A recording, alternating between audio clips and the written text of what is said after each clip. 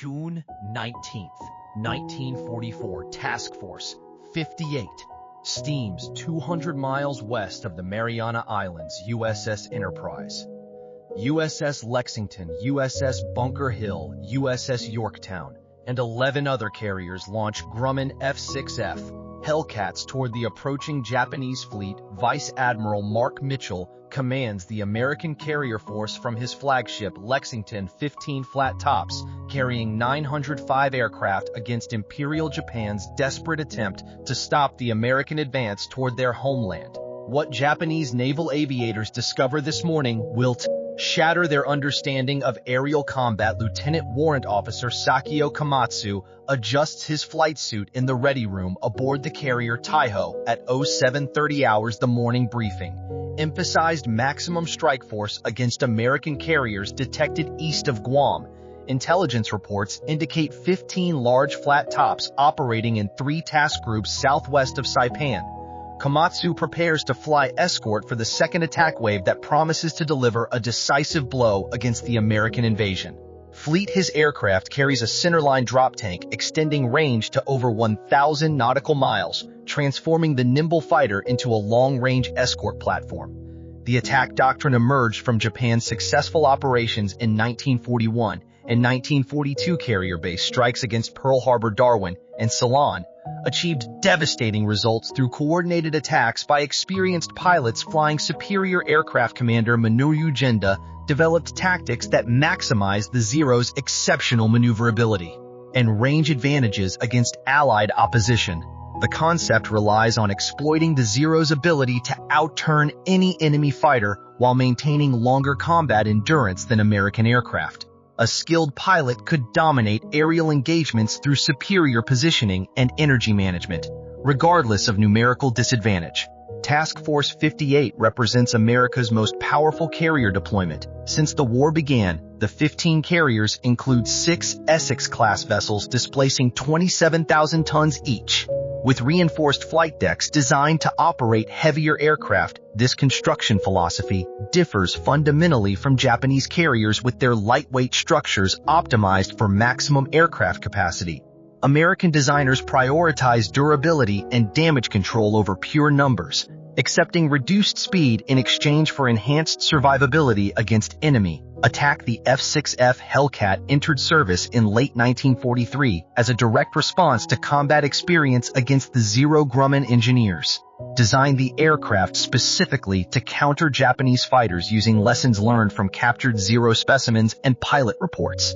The Hellcat weighs roughly 12,000 pounds fully loaded with a 2,000 horsepower Pratt & Whitney R2800 double wasp engine providing 380 miles per hour maximum speed armor.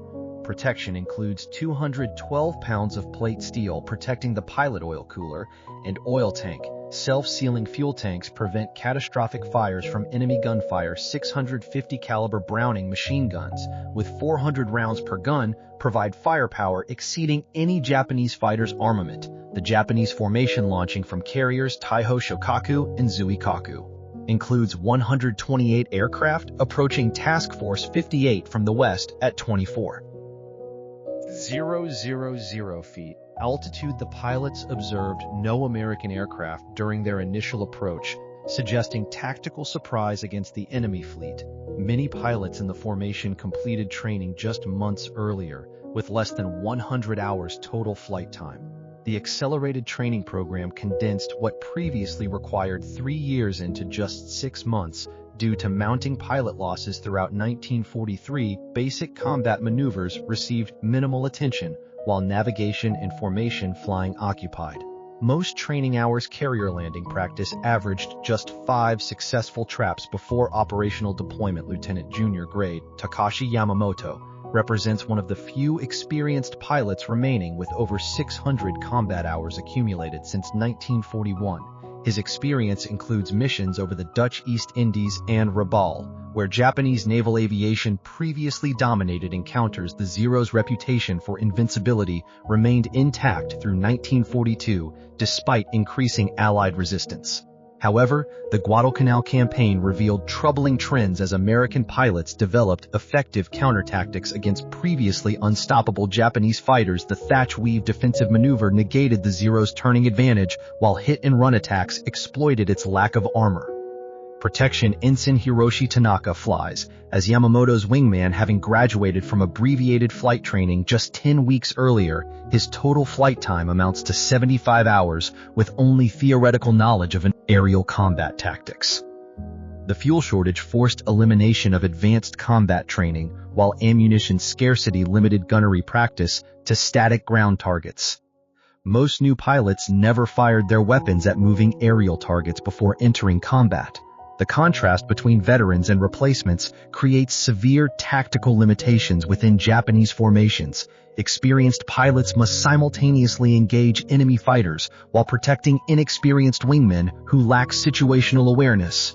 This burden reduces overall formation effectiveness, as veterans cannot fully exploit their skills while shepherding novices through their first combat experiences. American radar operators aboard USS Yorktown detect the incoming Japanese formation at 150 miles distance, providing 20 minutes advance warning before visual contact. Fighter director officers vector combat air patrol fighters toward specific intercept coordinates using precise radar plotting. This technological advantage transforms aerial defense from reactive scrambling to coordinated interception with altitude and positional advantages. The fighter director system represents revolutionary command and control capability. Developed through 2 years of combat experience, each carrier maintains a combat information center where trained officers track all airborne contacts using radar displays. Radio communications link directors with airborne fighters, providing real-time tactical guidance throughout engagements. This centralized control maximizes defensive efficiency by concentrating fighters at optimal intercept points. Commander David McCampbell leads VF-15's 1st Division from USS Essex, climbing toward the incoming raid at military power. His 12 Hellcats maintain tight formation, while following radar vectors toward their assigned targets. Each pilot averages over 300 hours flight time. With extensive gunnery and tactical training completed stateside, the American training program expanded dramatically throughout 1943, producing 10,000 new naval aviators annually. Operational training units provided 500 hours total flight time, including 150 hours in combat aircraft types. Advanced fighter training emphasized deflection shooting, energy management, and coordinated team tactics against dissimilar aircraft, simulating enemy capabilities. The Hellcat's design philosophy prioritizes pilot survival through comprehensive protection systems. Armor plate surrounds the cockpit, including seatback headrest and floor panels totaling over 200 pounds. The bulletproof windscreen consists of 15-inch laminated glass, capable of stopping 77mm rounds at point-blank range. Self-sealing fuel tanks use multiple rubber layers that expand when punctured, preventing fuel leaks and fires. The robust airframe withstands significant battle damage while maintaining structural integrity. Test flights demonstrated the Hellcat's ability to absorb multiple 20mm cannon hits while remaining controllable. This durability provides psychological confidence, as pilots know their aircraft can survive encounters that would destroy enemy fighters. The Japanese formation encounters the first Hellcats at 09:15 hours, approximately 90 miles west of Guam. The American fighters attack from above and behind, using their altitude advantage for high-speed diving passes. Ensign Tanaka brakes left, attempting to force an overshoot, but the Hellcat follows his turn with surprising agility. The American fighter's superior power allows sustained turning at speeds where the Zero's controls become heavy and unresponsive. Multiple .50 caliber rounds strike Tanaka's aircraft, severing control cables and puncturing fuel tanks that immediately ignite the Zero's lack of armor. Protection proves catastrophic as armor-piercing incendiary rounds penetrate the thin aluminum structure. Tanaka's aircraft explodes when flames reach the wing fuel tanks, demonstrating the Zero's vulnerability to concentrated firepower. This shocking destruction contradicts everything Japanese pilots believed about their aircraft's combat superiority. The psychological impact spreads through the formation as pilots witness their fighters destroyed with apparent ease. Commander McCampbell's division executes coordinated slashing attacks against the Japanese formation using superior speed and firepower. The Hellcats dive from 28 through 00 feet, reaching 450 miles per hour in their attack runs before zooming back to altitude. This energy-based tactical approach negates the Zero's maneuverability advantage while exploiting its inferior high-speed handling characteristics. The Japanese pilots attempt traditional turning engagements, but cannot force the Americans into sustained dogfights. Each Hellcat pilot maintains strict energy discipline, refusing to engage in low-speed, turning battles where Zeros excel. The Americans demonstrate remarkable teamwork, with wingmen protecting leaders during attack runs while maintaining mutual support throughout the engagement. This coordination reflects extensive multi-aircraft tactical training, emphasizing section and division tactics over individual combat. The Hellcat's robust radio equipment enables clear communications despite electromagnetic interference from dozens of simultaneous transmissions. Japanese pilots struggle with inferior radio systems that produce static and feedback, preventing effective tactical coordination. Many Zero pilots disable their radios entirely due to constant interference, relying on hand signals and pre-briefed formations. This communication breakdown compounds tactical disadvantages as Japanese formations fragment under coordinated American attacks. The first engagement ends with severe Japanese losses as 12 Zeros fall to Hellcat guns within 8 minutes. American pilots observe multiple characteristics that contradict intelligence estimates of enemy capabilities. The Japanese fighters demonstrate poor gunnery, with most bursts passing harmlessly behind intended targets. Their evasive maneuvers follow predictable patterns, suggesting inadequate combat training and limited tactical repertoire. Several Japanese pilots abandon advantageous positions through apparent confusion or inexperience, failing to exploit brief opportunities when Hellcats present vulnerable aspects. Lieutenant Alexander Vratsov from VF-16 aboard Lexington intercepts a second Japanese formation attempting to penetrate the fighter screen. His section of 4 Hellcats engages 12 enemy aircraft with devastating effectiveness, shooting down 6 planes in 8 minutes. Vachu expends only 360 rounds of his 400-round ammunition load, demonstrating the effectiveness of American gunnery training. The concentrated firepower of 650 caliber guns proves overwhelming against the Zero's fragile structure. Short bursts produce immediate catastrophic damage, with wings separating, engines exploding, and fuel tanks igniting from incendiary rounds. The technological disparity becomes increasingly apparent as the battle develops. Throughout the morning, Hellcats absorb multiple hits from Japanese 77mm machine guns without significant damage, while their own weapons destroy Zeros with minimal ammunition expenditure. American pilots report enemy aircraft disintegrating under concentrated fire, often exploding. After just 2 or 3 seconds of accurate shooting, the Zero's 20mm cannons pose a theoretical threat, but low muzzle velocity and limited ammunition reduce their practical effectiveness. Most Japanese pilots exhaust their cannon ammunition quickly through poor fire discipline, leaving only rifle-caliber machine guns for subsequent engagements. Radar-directed fighter control enables efficient vector management as American fighters intercept multiple incoming waves. The fighter direction officers maintain complete tactical awareness through radar tracking and pilot reports, positioning fresh fighters at optimal intercept points. This systematic defense prevents Japanese formations from coordinating mass attacks against the carrier force. Individual Japanese groups arrive piecemeal, encountering concentrated Hellcat formations positioned for maximum tactical advantage. The Raiders suffer progressive attrition before reaching effective attack range of American vessels. Vice Admiral Jesaburo Ozawa launches his second wave at 08:56 hours, comprising 128 aircraft from all available carriers. The strike includes 48 Zero fighters, 53 Judy dive bombers, and 27 Jill torpedo bombers tasked with overwhelming American defenses through sheer numbers. However, the inexperienced pilots struggle.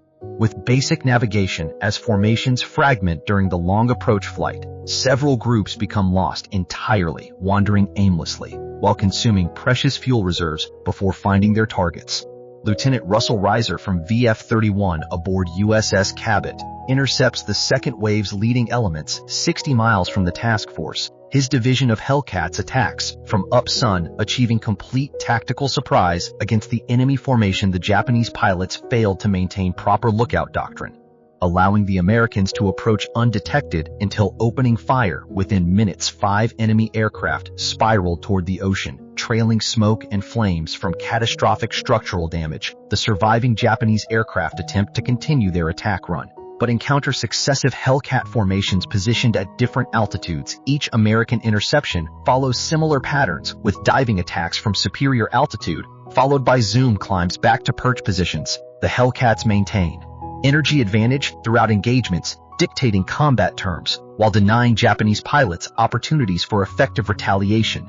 This tactical dominance reflects superior aircraft performance combined with extensive energy management training that maximizes the Hellcat's advantages. Japanese pilots trained for close-range maneuver in combat find themselves unable to engage effectively at high speeds, where the Zero becomes unmaneuverable. The second wave's attack on Task Force 58 achieves minimal results as survivors penetrate the fighter screen in scattered groups. Anti-aircraft fire from screening destroyers and cruisers creates dense barrage patterns that further disperse attacking formations. The few Japanese aircraft reaching the carriers encounter concentrated defensive fire from multiple vessels, firing proximity-fused shells. Only one torpedo bomber successfully launches its weapon, which USS Indiana easily evades through timely maneuvering. Commander McCampbell, leading VF 15-second strike, encounters the third Japanese wave at 1,100 hours. His formation of 12 Hellcats engages over 40 enemy aircraft in a running battle lasting 20 minutes. McCampbell personally destroys 7 Japanese planes, while his wingman Lieutenant Roy Rushing accounts for 4 additional victories. The engagement demonstrates the cumulative effect of American training advantages, as experienced pilots exploit every enemy mistake. Japanese formations dissolve into individual aircraft maneuvering, defensively abandoning their attack mission to survive overwhelming fighter opposition. Lieutenant Commander Kenji Suzuki observes the third wave's destruction from his damaged Zero, struggling back toward the Japanese fleet. His aircraft bears multiple .50 caliber holes through wings and fuselage, with one elevator cable severed, and the engine running rough. The severe losses exceed anything experienced in previous carrier battles, including Midway, where at least some aircraft successfully attacked enemy ships. Today's operations achieve virtually nothing, while losing dozens of aircraft and irreplaceable pilots to enemy fighters. The intelligence failure becomes apparent as returning pilots report encountering an entirely new American fighter with unprecedented performance characteristics. Previous intelligence estimates, based on captured F6F Wildcats, suggested American fighters remained inferior to updated Zero variants in all performance parameters except diving speed. The Hellcat's ability to climb out, turn at high speed, and absorb tremendous damage contradicts every assumption underlying Japanese tactical planning. The enemy fighter appears purpose-built to exploit every Zero weakness while negating its traditional advantages aboard. Taiho Admiral Azawa receives fragmentary reports indicating catastrophic losses among all 3 attack waves. Surviving pilots describe overwhelming fighter opposition, with American aircraft appearing at every altitude and direction. The coordinated defensive system prevents concentration of attacking forces while achieving disproportionate attrition against Japanese formations. Radio intercepts suggest American losses remain minimal, despite engaging superior numbers of Japanese aircraft throughout the morning's operations area. Operations officers aboard the Japanese carriers tally the mounting casualties as aircraft failed to return from their missions. The first wave launched 69 aircraft, but only 27 returned to their carriers, with many bearing significant battle damage. The second wave suffers even worse, with barely 1/3 of 128 aircraft surviving the American fighter gauntlet. These losses represent not just aircraft but irreplaceable pilots whose training required years of peacetime development. The implications extend beyond immediate tactical defeat to strategic collapse of Japanese naval aviation capability. The returning pilots exhibit signs of severe psychological trauma from their encounter with American fighters. Young aviators who graduated training just weeks earlier describe terror and helplessness facing an enemy that seems invulnerable to their attacks. Their 77mm machine guns appear completely ineffective, while American 50s tear their aircraft apart with devastating efficiency. The myth of the Zero's invincibility shatters completely as pilots witness squadron mates destroyed without opportunity for effective resistance. Veteran pilots like Yamamoto struggle to comprehend the reversal of the aerial superiority they enjoyed throughout the war's early years. The tactical methods developed through successful campaigns in China, Southeast Asia, and the Pacific no longer function against this new American fighter years of combat experience become meaningless when the enemy refuses engagement on terms where Japanese pilots excel. The psychological foundation of Japanese naval aviation built on technical superiority and pilot skill crumbles in a single morning's combat. Morale aboard Japanese carriers plummets as maintenance crews count empty parking spots, where aircraft should have returned. The flight decks designed to operate 75 aircraft each now hold scattered remnants of once powerful air groups. Mechanics and armorers who prepared aircraft for the morning strikes stand idle with no machines to service or weapons to load. The human dimension of defeat becomes apparent as friends and squad mates fail to return from what promised to be a decisive victory. Admiral Ozawa contemplates the implications of continuing operations with drastically reduced air groups. The fourth wave of 82 aircraft prepared for launch, but reconnaissance reports indicate the American carriers maintain full combat capability. Despite 3 mass attacks, the sacrifice of additional pilots and aircraft seems pointless against an enemy that demonstrates overwhelming tactical and technical superiority. Yet withdrawal abandons the Saipan garrison and acknowledges defeat in what Japanese planners considered the decisive battle for Pacific supremacy. The communication breakdown between senior commanders and flying personnel becomes critical, as accurate battle assessment proves impossible. Surviving pilots provide conflicting reports about enemy strength and capabilities, while staff officers struggle to compile coherent tactical analysis. The traditional Japanese emphasis on spiritual determination over material factors prevents honest evaluation of American advantages. Many commanders refuse to acknowledge that enemy fighters could so completely dominate their naval aviators regardless of numerical superiority.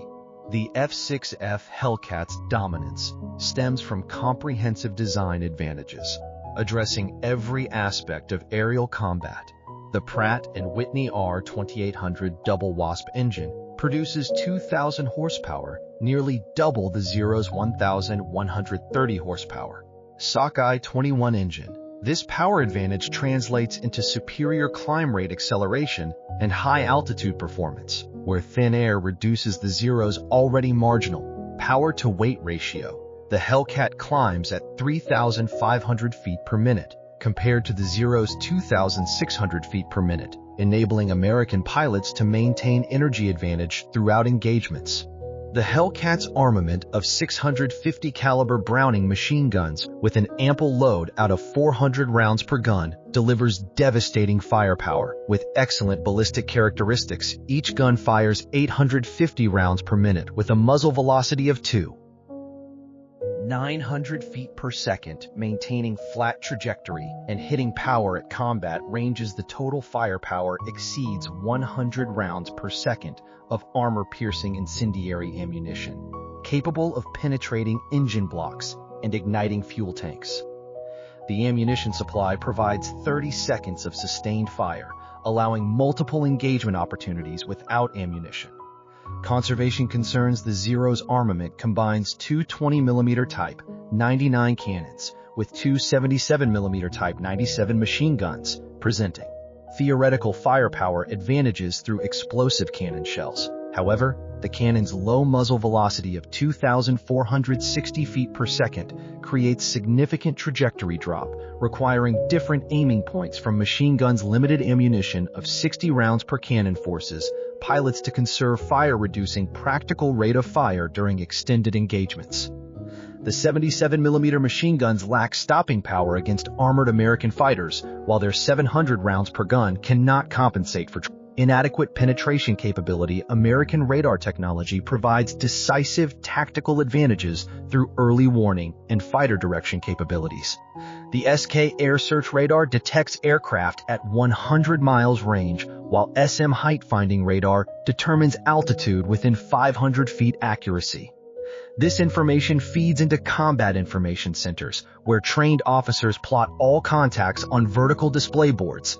Fighter Director Officers Vector, defending fighters using VHF radio equipment, providing clear communications despite atmospheric interference. The integrated system transforms aerial defense from individual pilot initiative to coordinated tactical operations, maximizing defensive efficiency.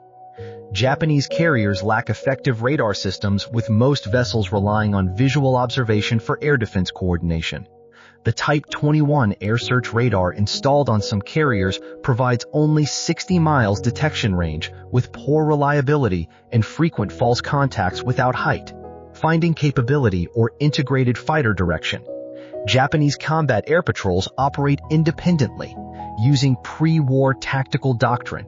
The absence of centralized control prevents sufficient fighter allocation against multiple incoming raids, while limiting tactical flexibility during engagements. By late 1944, a new Japanese Navy pilot graduated with just 40 hours flying time, while his American opponent had at least 525 hours flying time.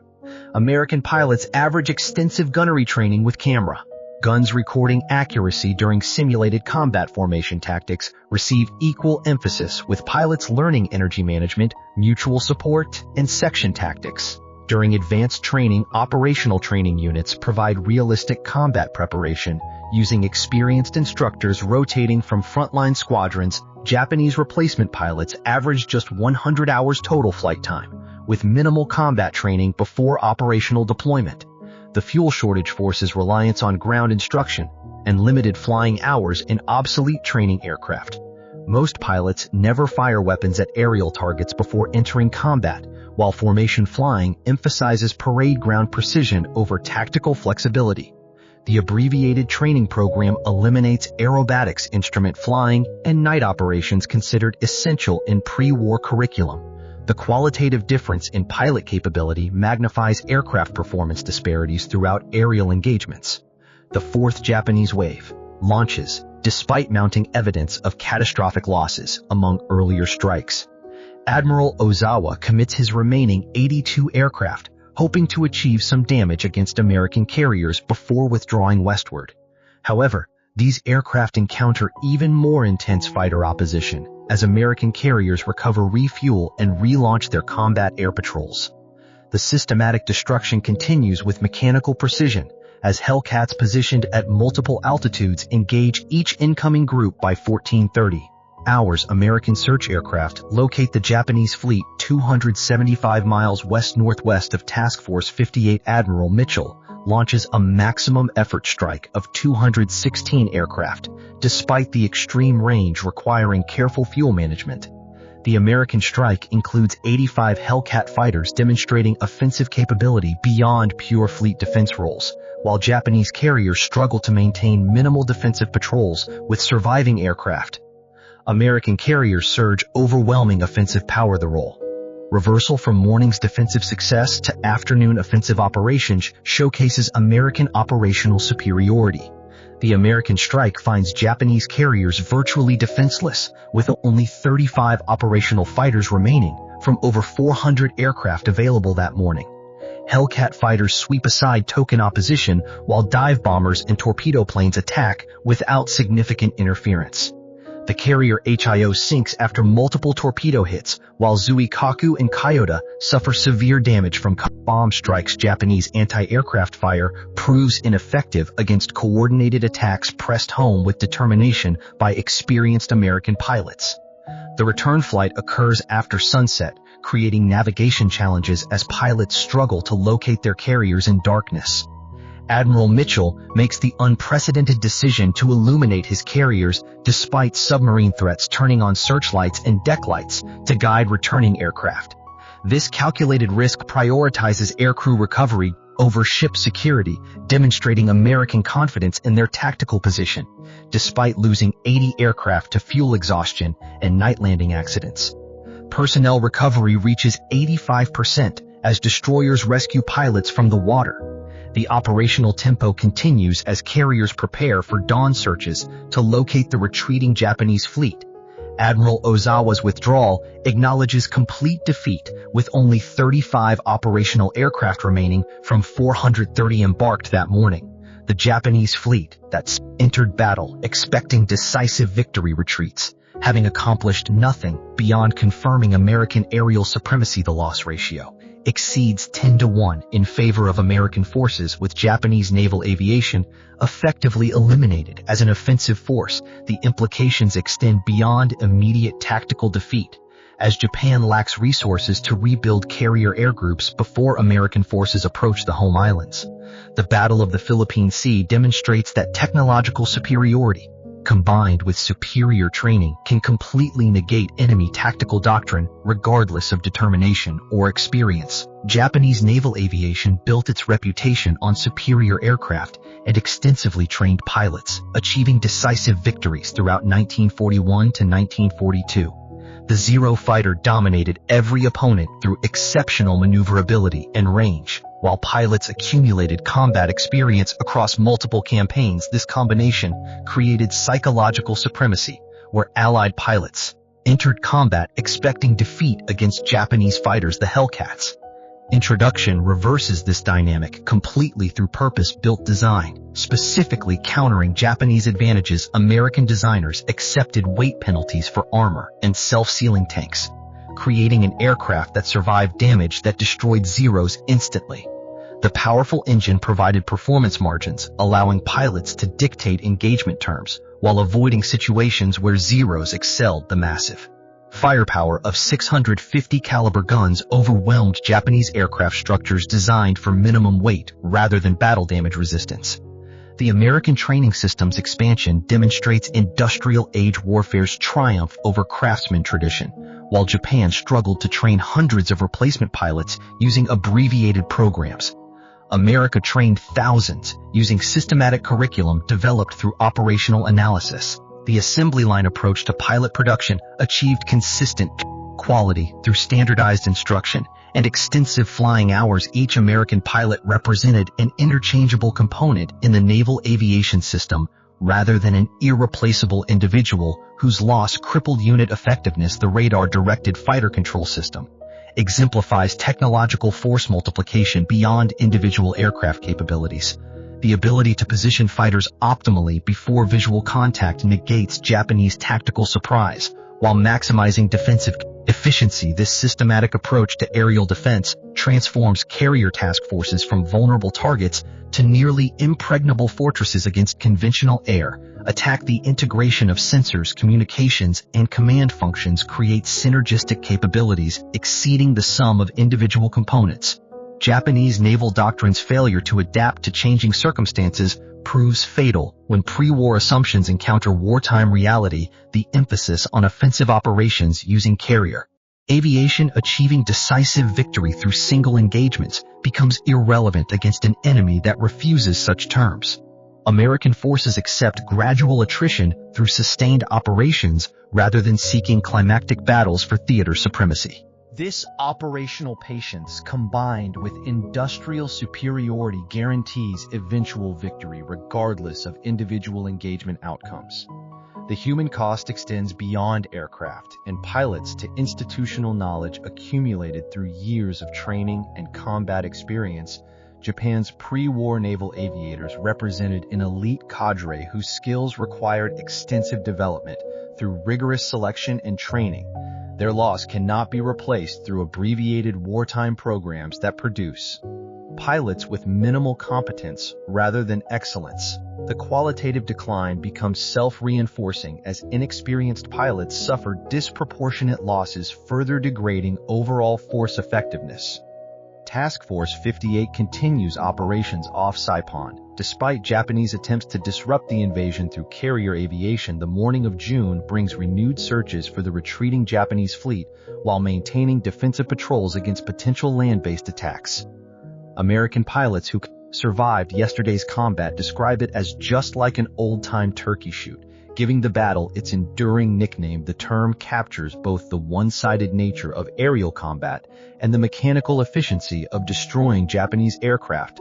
The final tally reveals the catastrophic scale of Japanese defeat, with 445 aircraft destroyed, including 395 carrier planes and approximately 50 land-based aircraft. American losses total 123 aircraft, with 80 falling to operational accidents rather than enemy action. Only 43 American planes fall to Japanese fighters and anti-aircraft fire during 2 days of intense aerial combat. The 10-to-1 exchange ratio exceeds any previous carrier battle, including the decisive American victory at Midway. More significantly, Japan loses over 400 pilots, including instructors recalled from training units, representing the last reservoir of experienced naval aviators. Admiral Ozawa's report to Combined Fleet Headquarters acknowledges the effective destruction of Japanese carrier aviation as an offensive force. The surviving carriers possess ships and aircraft, but lack trained pilots capable of conducting effective operations against American forces. The mobile fleet that sorted expecting to achieve decisive victory returns, having demonstrated only American aerial supremacy. The strategic implications become apparent as American forces continue advancing toward Japan without meaningful aerial opposition from the Imperial Navy. The technological revolution in naval warfare demonstrated at Philippine Sea influences post-war aviation development worldwide. The integration of radar communications and fighter control establishes patterns followed by every major navy seeking carrier aviation capability. The emphasis on pilot survivability through aircraft protection and systematic training becomes standard practice, replacing pre-war acceptance of attrition. The Hellcat itself continues serving through the Korean War, adapted for ground attack missions that exploit its robust construction and heavy armament. American industrial superiority ultimately proves decisive through quantity and quality advantages that overwhelm Japanese forces regardless of tactical innovation or individual courage. The ability to produce thousands of aircraft monthly while training pilots to operate them effectively creates insurmountable numerical superiority.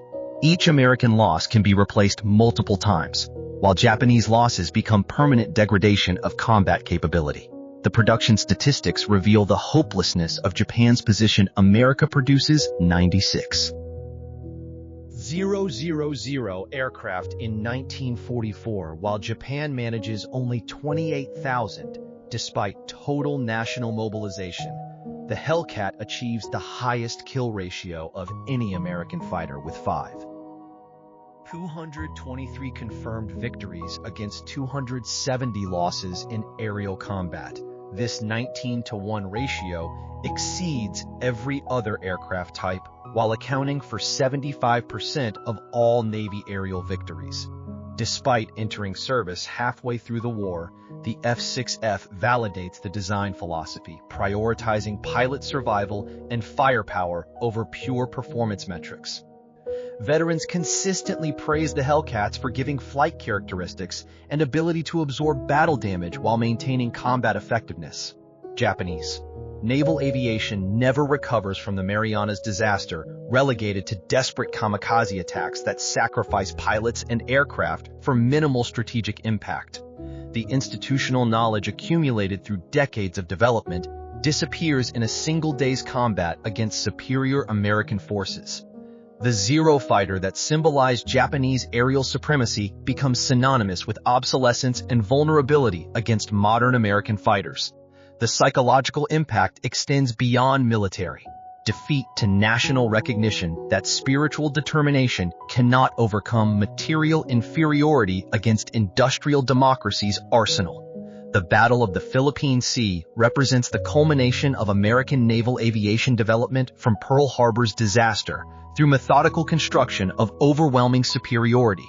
The carrier task forces that Japan attacked in 1941, hoping to eliminate American Pacific presence, return multiplied tenfold with superior aircraft pilots and tactical doctrine. The transformation from desperate defense to offensive supremacy occurs through systematic application of industrial resources, technological innovation, and operational analysis.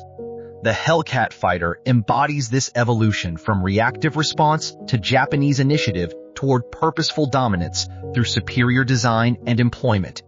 Admiral Mitchell's after-action report emphasizes the totality of American victory while acknowledging the fortunate circumstances that concentrated Japanese attacks. Against prepared defenses, the combination of radar warning fighter direction and superior aircraft creates perfect conditions for defensive success against conventional air attacks.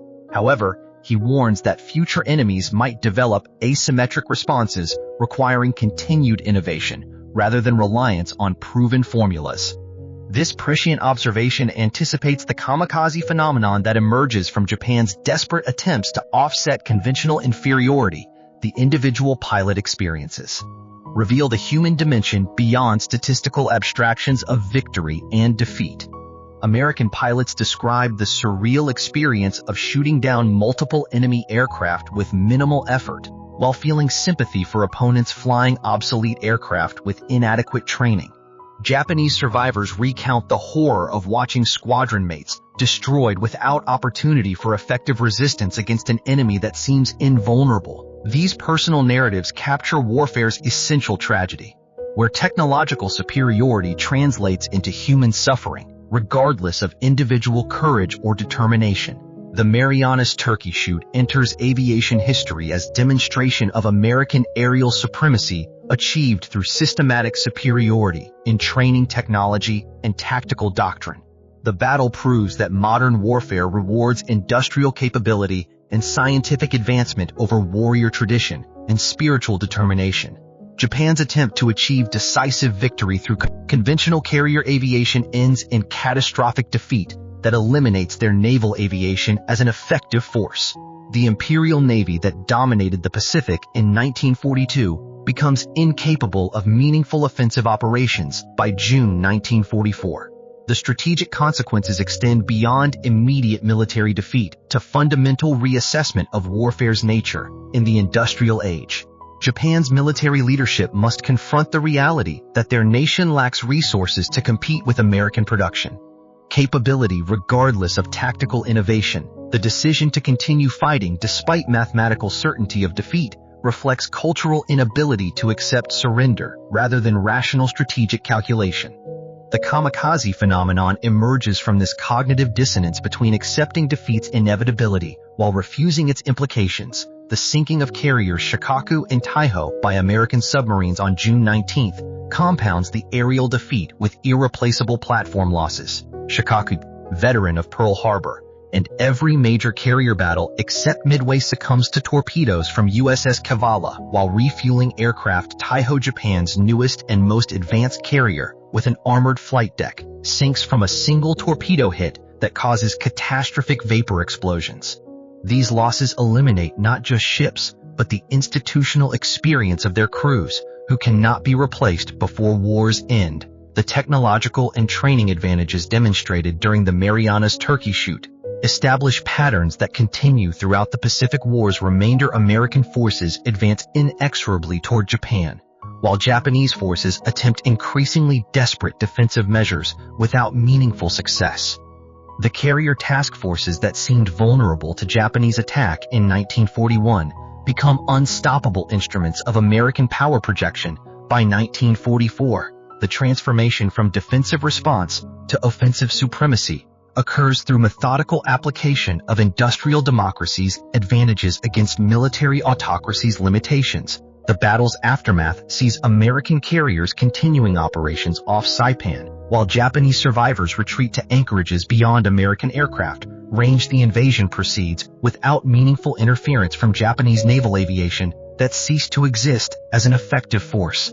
The airfields on Saipan, Tinian, and Guam soon host B-29 bombers that bring strategic bombing to Japan's home islands.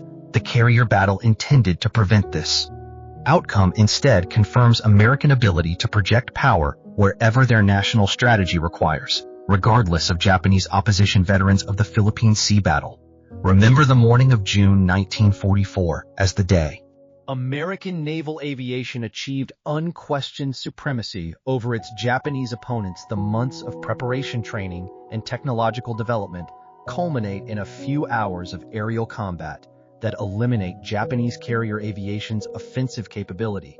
The Hellcat fighter proves itself as the weapon that transforms American carriers from vulnerable targets into dominant instruments of naval power.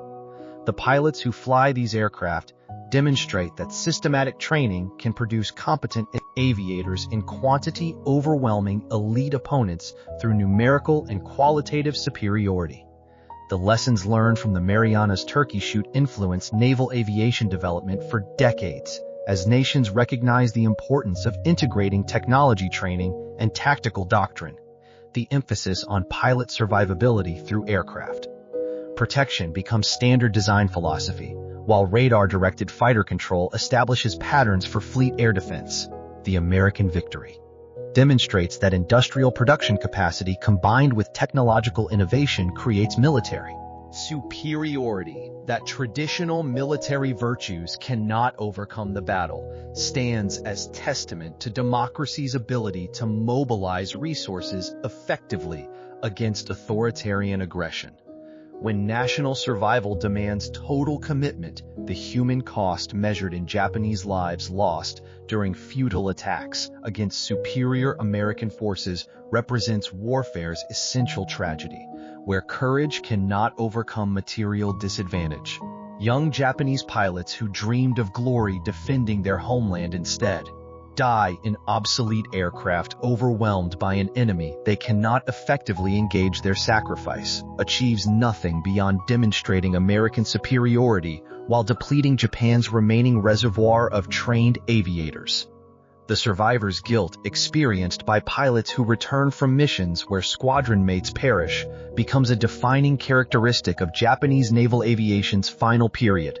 The F6F Hellcat's success validates the design philosophy that prioritizes pilot survival and consistent performance over exceptional capability, requiring exceptional skill average American pilots achieve. Extraordinary results flying aircraft that forgive mistakes while delivering devastating firepower against fragile opponents. The Zero that demands perfection from its pilots while offering no margin for error becomes a liability when pilots lack extensive training and combat experience. The contrast between design philosophies reflects deeper cultural differences about valuing human life versus achieving military objectives, regardless of cost. The Battle of the Philippine Sea marks the end of carrier aviation as a balanced competition between opposing forces with complementary advantages. American technological and training superiority creates conditions where combat becomes execution rather than contest, with outcomes determined before engagement begins. The Japanese pilots who launch from their carriers on June fly into predetermined destruction, lacking any realistic capability to achieve their objectives against prepared American defenses. The Turkey Shoot metaphor captures this essential imbalance, where one side holds overwhelming advantages that guarantee victory regardless of enemy actions. The strategic implications of the Marianas Turkey Shoot extend throughout the Pacific War's remainder, as Japan cannot rebuild carrier aviation capability before eventual defeat. The pilots lost during one morning's combat represent years of training, investment that cannot be replaced through abbreviated programs producing marginally competent replacements. The institutional knowledge accumulated through decades disappears when experienced pilots die without opportunity to transfer their skills to the next generation.